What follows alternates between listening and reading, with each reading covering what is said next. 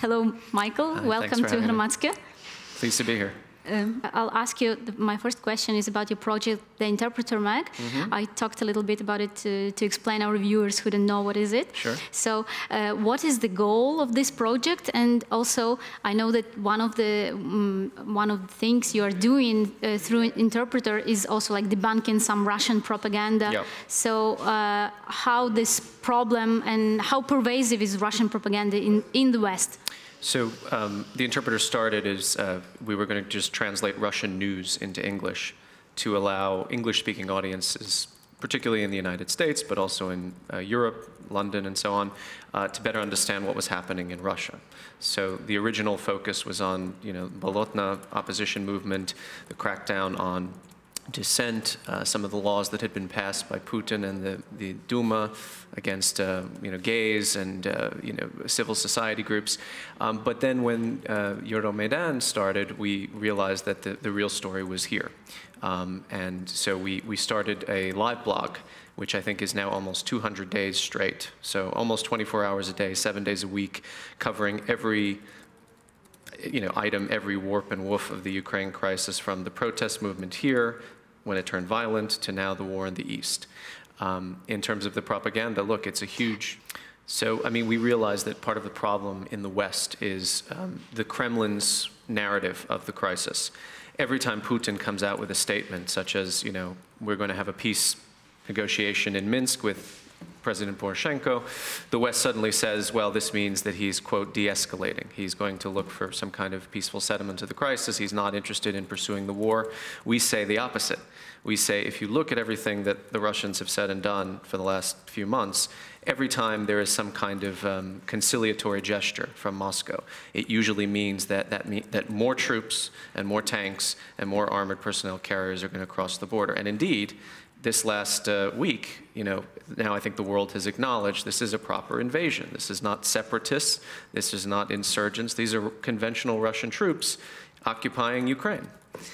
So I mean, I don't want to toot my own horn as we say too much, but we predicted a Russian invasion of Ukraine just based on examining the rhetoric coming out of the Russian government.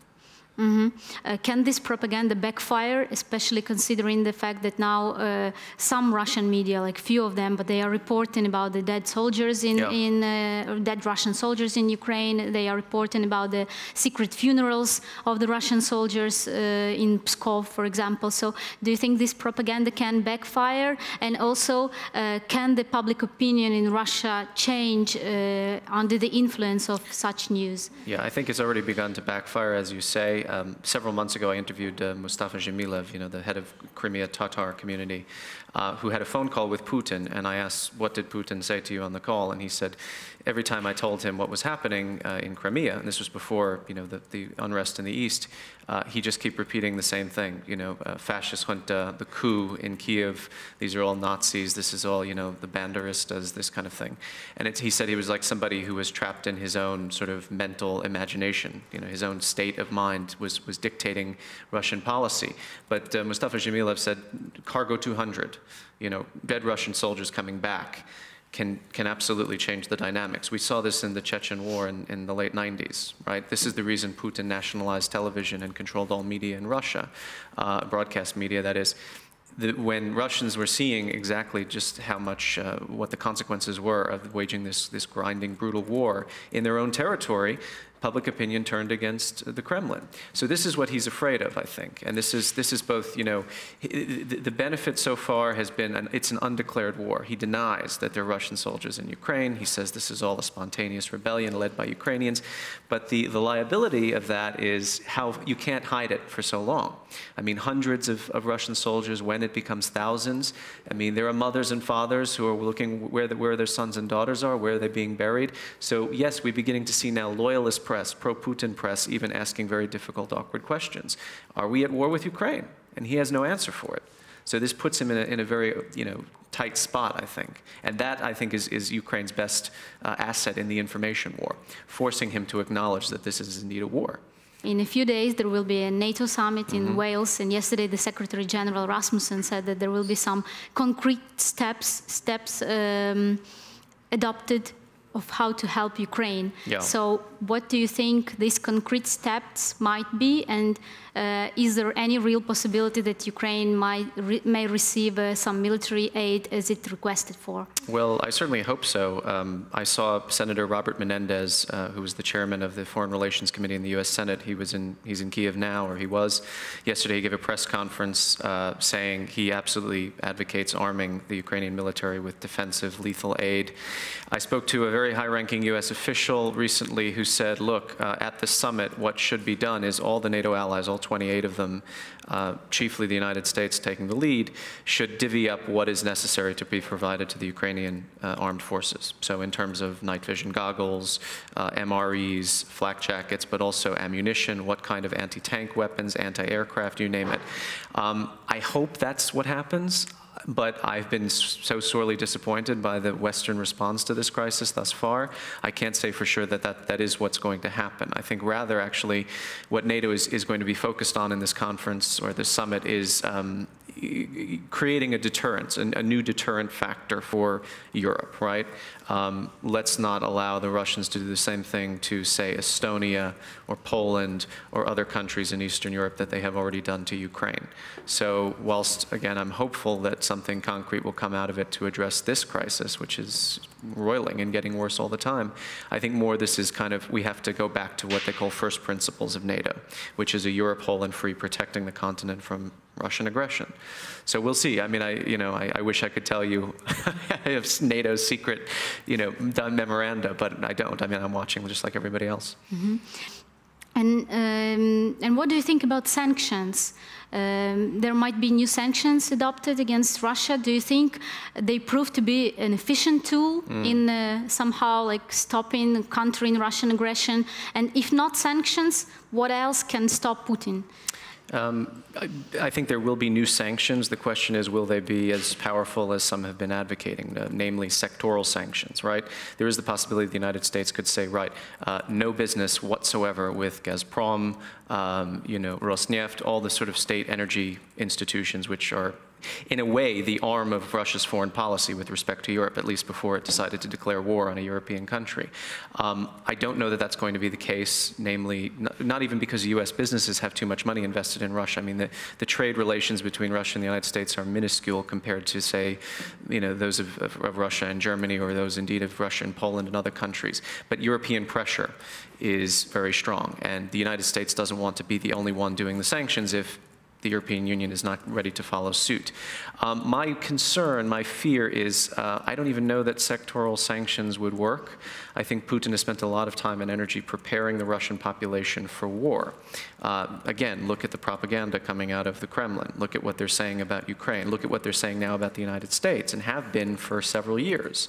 Russia is a great nation, sort of on the rise again, an empire in the making, and it is us ranged against the nefarious United States of America and also the evil European Union, which wants to homosexualize the world and do all these horrible things, right? That's the propaganda. You don't do that unless you're ready to tell your people that this is going to be a sort of veil of tears and a long, hard struggle. You asked me what could we do to put more pressure on Putin. Well, Putin is a hypocrite, right? Everything that he has advocated in the last several months, de-offshorization, pulling money out of Europe and reinvesting it back into Russia, forcing the oligarchs and the elites around him to kind of, close up shop and withdraw from their bank accounts and all that. This is a man who, according to the U.S. Treasury Department, controls assets of a Swiss commodities trader called Gunvor, right? When we sanctioned Russia the first time, this was one of the things that was disclosed. Putin has, villas and chateaus and chalets in Europe, not in his own name, but in the names of those who sort of do his bidding, right? Russia is a mafia state. The mafia like to enjoy the perks of a leisurely life, and they don't like to enjoy that in Russia. They like to enjoy it in Europe, where you can really have fun.